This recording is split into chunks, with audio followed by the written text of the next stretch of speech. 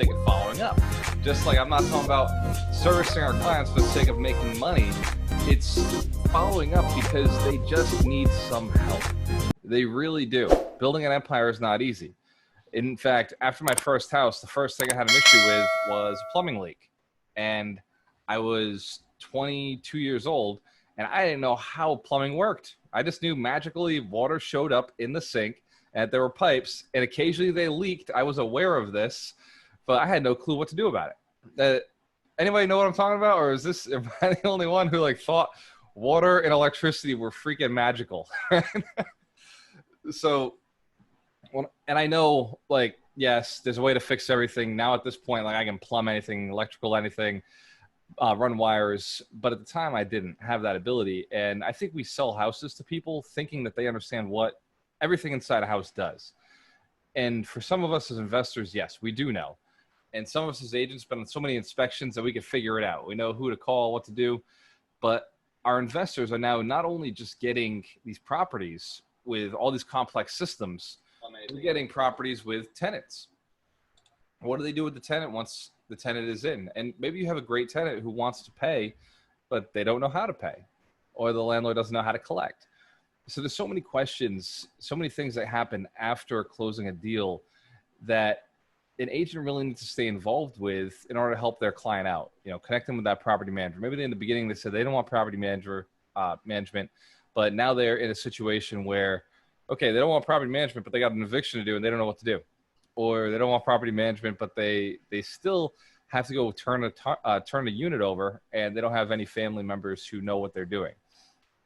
And so it's just little stuff. Dorina, you know what I'm talking about, right? You ever work with a client, they've closed on something and then they're like, yeah, I had a client who closed in December and it was winter time, and for the purposes of FHA loan, there shouldn't be no chipping paint on the outskirt, and we agreed, we made a deal that someone will come in May and paint it.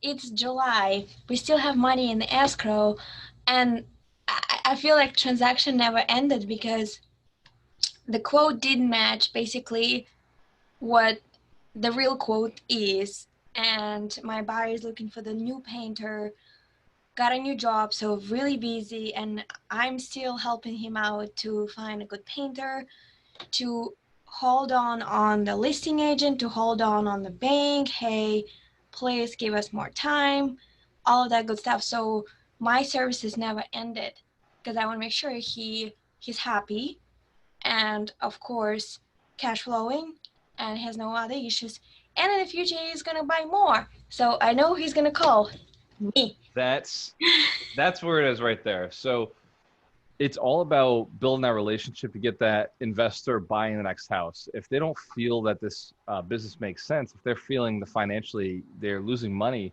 or not, yeah, maybe they're losing money or they're losing time by owning rental property, they're not going to want to buy more. And the whole point in working with investors is that investors have a desire to retire through real estate investment.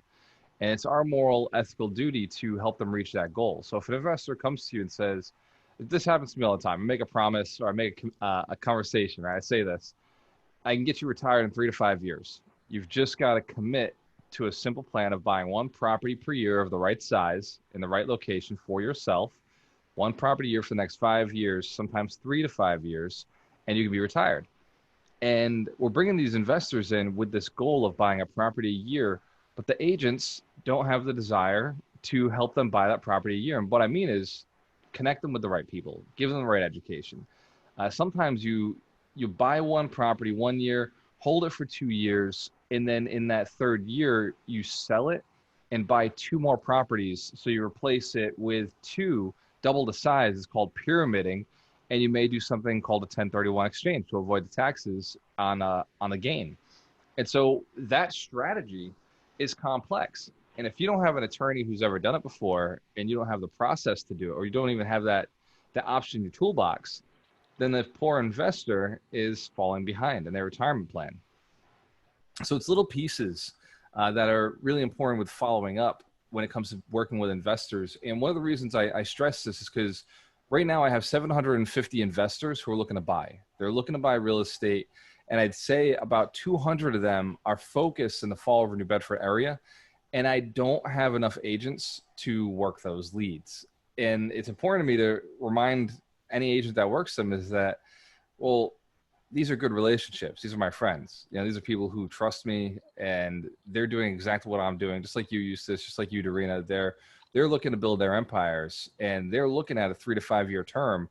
And so when they lock in with an agent, they want that agent taking care of them for the next 3 to 5 years, being consistent, being, hey, here's a deal, here's an opportunity, and making sure that they're cash flowing, right? So one of the worst things you can do is put somebody into an over leveraged position on a property, so now they can't buy the next year.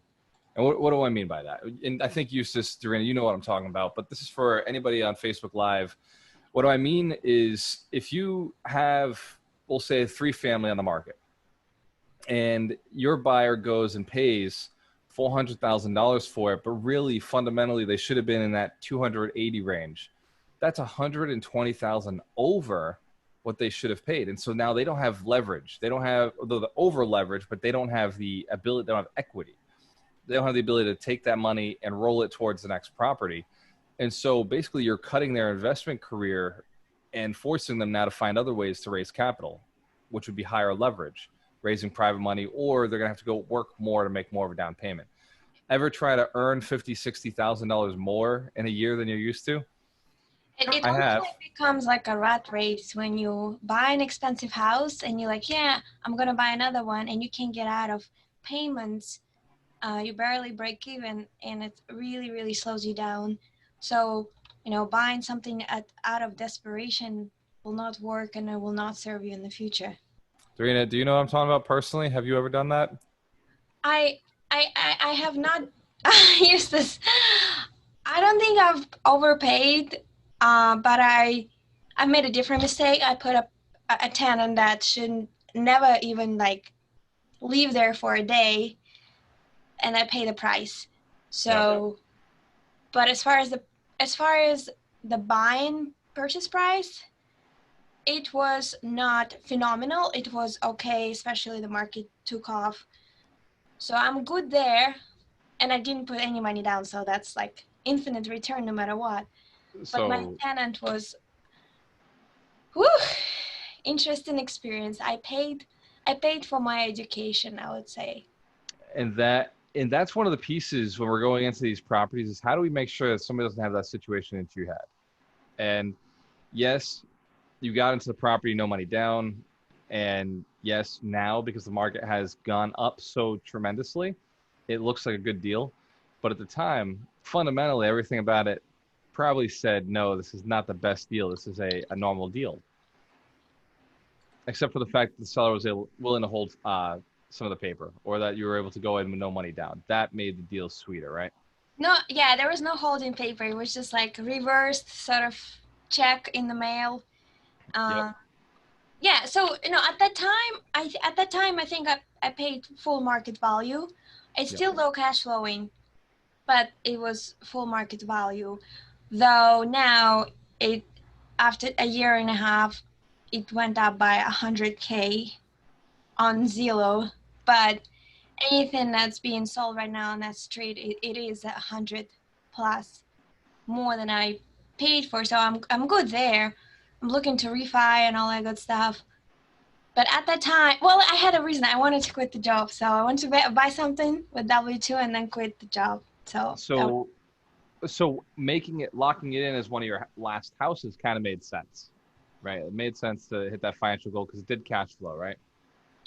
it did cash flow no matter what. It's just, again, I just had a shitty tenant. That's like kind of killed me. But All right. We're not going to talk bad about tenants. That's a management issue, which if you put a good manager in place, took care of it, right? I have a property management now, but before it was like, please. That was me. So we've done it. We've bought properties that at the time we did not think they were good deals. We just bought because we were pressured into buying. And we want to be really careful that we're not doing that as investors, working with investors. We want to make sure that these guys are buying with equity. Now, it's okay. Like during this situation, in our situation, like now we look back at those properties and we say, wow, holy shit, we were smart, right? Look at this, turned into a great deal. And because the market is appreciating, and I don't think it's okay to gamble like that, but we had the cash flow, right? And that's what you want to make sure your tenants have, your clients have, is the cash flow. So even though I felt at the time we were overpaying, I looked at the cash flow and I said, you know what, these numbers are working. It makes sense. Let's close. And it turned out to be a great appreciation play, and the rents are higher now than they were when we bought, and it makes a lot of sense to keep that building. And equity wise, we're doing a refinance right now to pull in some, that building's part of the refinance, and we're pulling a lot of equity out. We're actually, and the numbers, don't get sticker shock from this, we're pulling about $1 million out in equity right now, and that's something that came from multiple houses all bunched together. And a lot of investors will take that and go on a vacation with it, right? Take that, and it's tax free. That refinance is tax free, because, and the property still cash flows after we've done this. And we could retire and never have to come back to work again, right? We absolutely could. And it took Ron and I 3 years of working together to do this. And so when I say it's possible to do it for investors, anybody think, Yusuf, Doreen, you could live off $1 million invested the right way? Yeah. I mean, shit, invested in the stock market at 5%, you're going to make 50 grand a year. So if you're really, if you're strategic and using the REITs that I use, you'd be making 12% a year. So you can make 120 grand off $1 million. So there's definitely the ability to retire on this.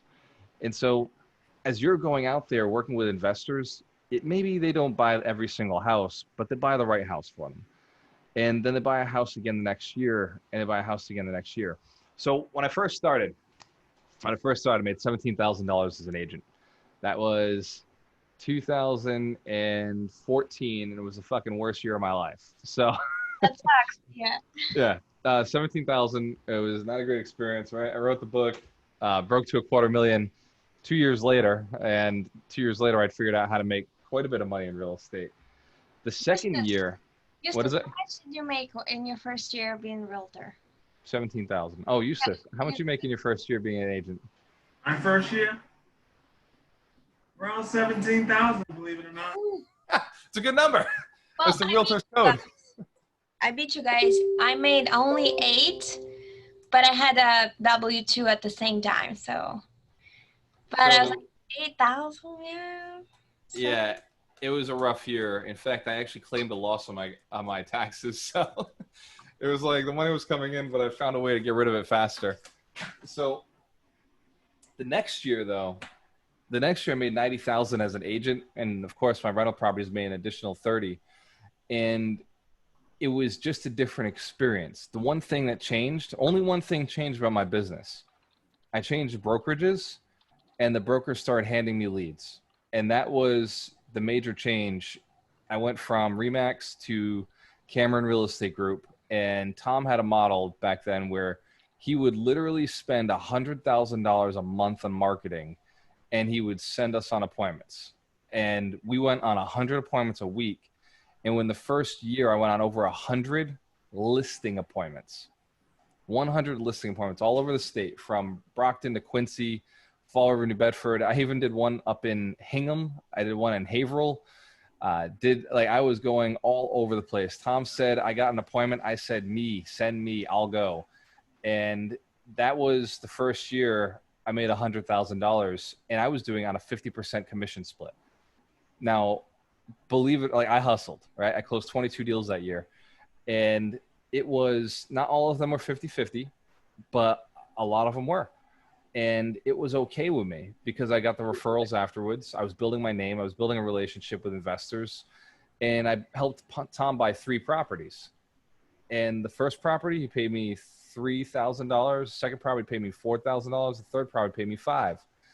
And it was my first paycheck with Tom. I switched, I want to say I switched in November or December, but by February I had a paycheck, like a legitimate paycheck. I went on an appointment, and 3 weeks later, check in the mail. This was not me waiting for a listing, not taking a listing and waiting to sell the listing. This was literally a signed P&S. I couldn't believe it. The whole time, the whole process, I've been through the training. I checked, this is how they do their company. And I've been through everything, and I was like, okay, I signed a P&S. He closes, I'm getting paid. And it worked that way. I went on the appointment, I signed the P&S, and I told him, I was like, so like this 30 day to close. Yeah, 30 days, nothing to stop us. And 30 days later, I had a check in the mail. How cool is that? On an appointment I didn't book, on an appointment that was booked for me. The appointment was literally booked for me by the investor. I went on the appointment. I just had them sign a purchase sale. The investor gave me an offer. I had them sign a purchase and sale. This was in Easton. It was in, I think it was in Easton or unimportant now. I don't even remember the street. I could go find it, but, and the investor bought it. They made a ton of money on the flip. I think they made $80,000 or $100,000 on the flip. And they paid me just a fee, just a realtor fee for having sourced the property. And that's kind of where alchemy started. That's where we started realizing, oh my God, like there's a way for everybody to make money on everything. And as long as you have your real estate license, we can pay a commission. And then if you didn't have your license, we'd have to do something different. You'd have to buy the property. We call it a marketing fee. There's so many different ways to do it, but it's really the easiest, most ethical way is for you to have your real estate license and there's no strings attached, right? As an agent, you have the ability to go out there and put offers for investors, lock the deal up, close it down for them, and walk away with a check way faster, right? And ever take a listing? You know how long listings take? I've had listings take 3 to 6 months. I had one listing take a year before it finally sold. And that happens. Sometimes you take a listing and it never sells. And in fact, I had a listing with a seller who I was talking to them for 6 months. This was for that investor again. I was talking to him for 6 months and I switched brokerages. I no longer worked for that company, but because the lead came through Cameron, when he finally listed with me, I still owed them a check. And I didn't care. I didn't mind because I met a new friend. I took care of that seller. And it was a great opportunity for me to meet somebody new that I wasn't going to meet. And yeah, it was a 50-50 split, but it was just respect, loyalty, taking care of the person who put me on that appointment. Does that make sense? And so now Tom did have it in his contract where if ever a lead came through his company and I didn't handle the lead properly, I'm removed from the company, right? Fired. Basically never get to operate on a lead again. And there was one point where Tom actually sent me on an appointment out in, it was in Fall River, and I ended up buying the property. And because he didn't want it, he said, I don't want it. Nope. And so I ended up buying the property later on, went to list it, ended up, she sold it to me. It was my worst deal ever, right? I didn't make money on it, but I didn't lose money on it. It was 3 years later, I finally sold it. Single family house. I'll never buy those again. Although I am buying one next week, but we'll see how that goes. It's a nice little flip and it should be pretty easy. But when it comes to understanding how investors work, we do it a little differently than Cameron does. Cameron was solely working with sellers, solely working with listings. We're working with investors, right? We have a different marketing strategy. We're not spending $100,000 a month.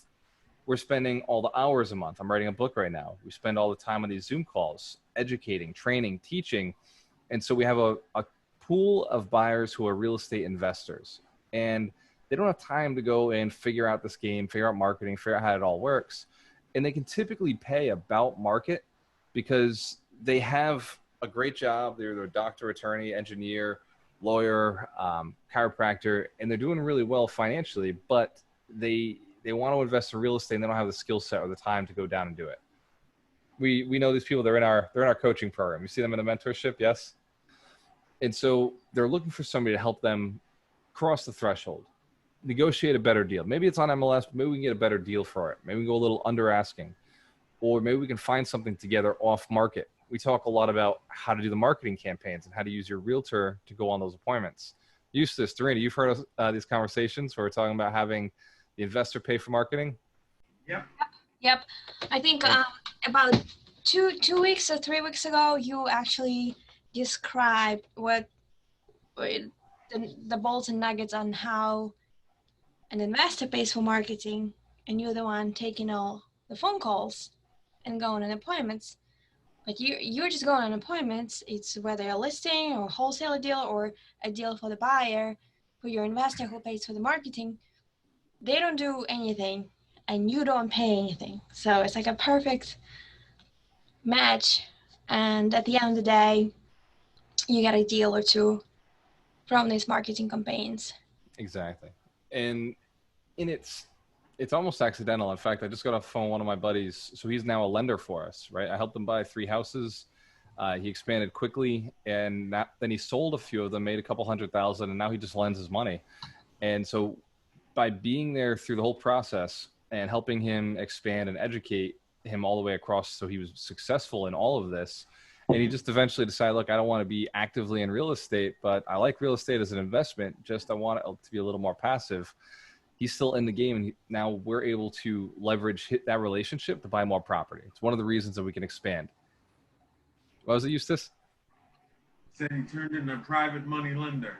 Absolutely. Yep. And that's how a lot of our private money guys come. They come from selling properties. They have too much equity in it. They like how we did the deal.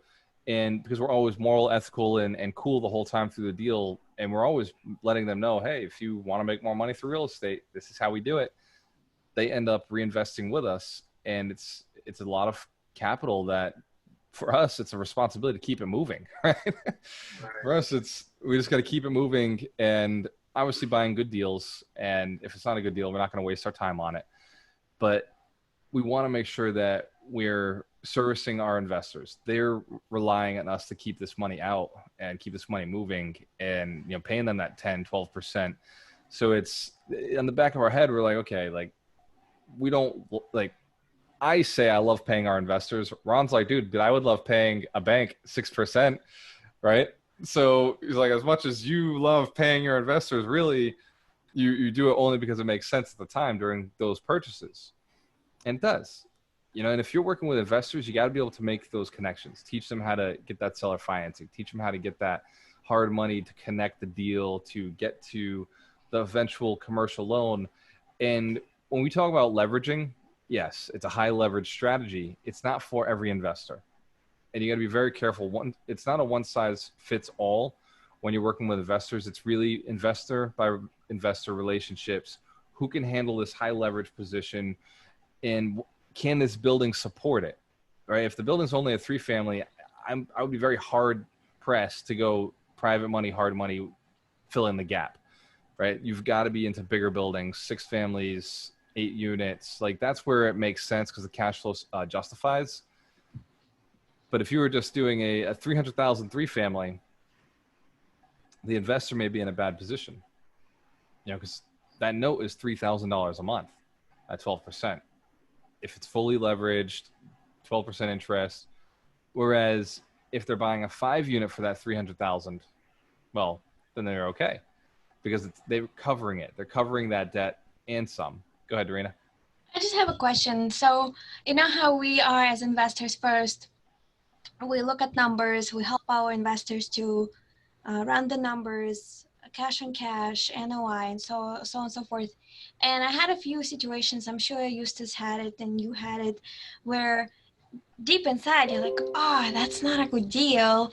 And you really want to say that to your client, though they're the ones to make a decision. So how do you handle that situation where you're like, you kind of want to advise that, let's look for more properties and make sure the numbers work based on criteria you shared with me earlier, Yep. or you really want to buy this deal, because of course we want to deliver what the customer wants, what our buyer wants. You want to make an offer, let's go. But then deep inside you think, ugh, how far can you go ahead and really take them out of that bad deal? So as a realtor with license, can you? So in that arena, you've got to understand and use the very dangerous word. And I would never ever use this word as an investor, right? It's always a deal. I never say it's a good, unless it's closed, locked down, and I own it. It's a deal.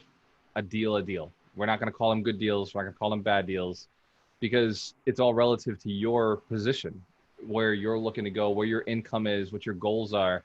I know investors who overpay on absolutely everything, and they're fine with it. And if I said, man, that's a bad deal, they'd probably back out of the deal, but they probably wouldn't buy anything the rest of the year. And they've done phenomenal by overpaying because they're in cheap money. They can justify it. They're in 3% interest, and they can keep swinging the bat at those deals.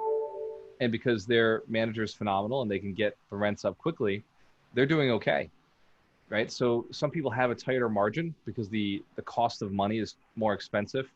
But if your money's cheaper, you can pay a little more. It's an unfair advantage you have over the other investors.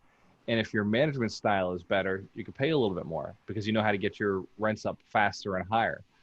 And so there's definitely no good or bad deal. It's just deals, and it's relative to the investor's threshold.